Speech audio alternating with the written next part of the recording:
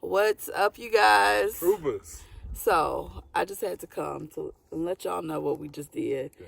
Dakota and I, we Worked all day. worked all day.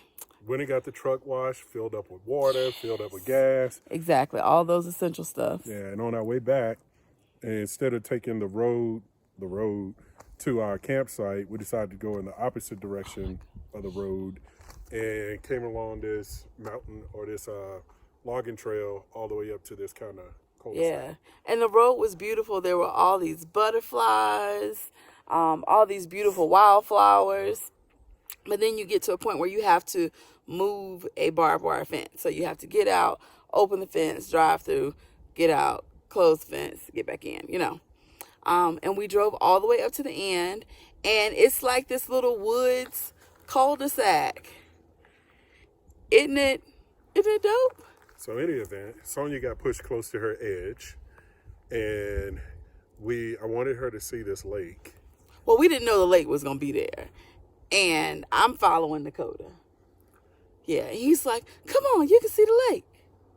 So she stepped over barbed wire fence and then had to sort of shimmy up the side of an edge. Way too far past my. Not much of an edge, but hey, for her. It was a slide. It was a slippery slope.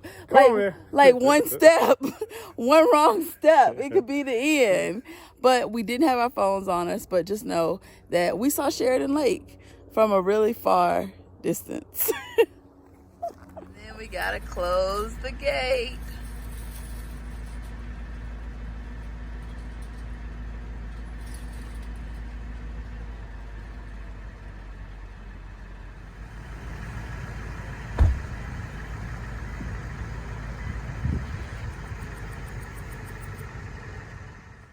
So right now we're plugged in.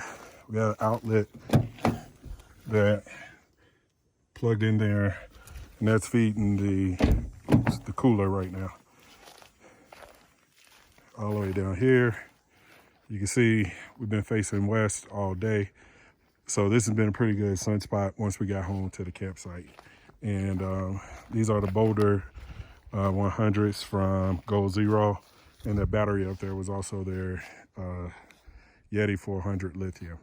It's a battery, but it's not going to replace a Honda generator. Yeah, so this is the whole camp setup, and Sonia's running over. She's running to get back in the shower. And yeah, man, life in the wilderness of Black Hills, South Dakota. It does look pretty country. It looks a little lived in. That's a lot. I've never washed clothes like this.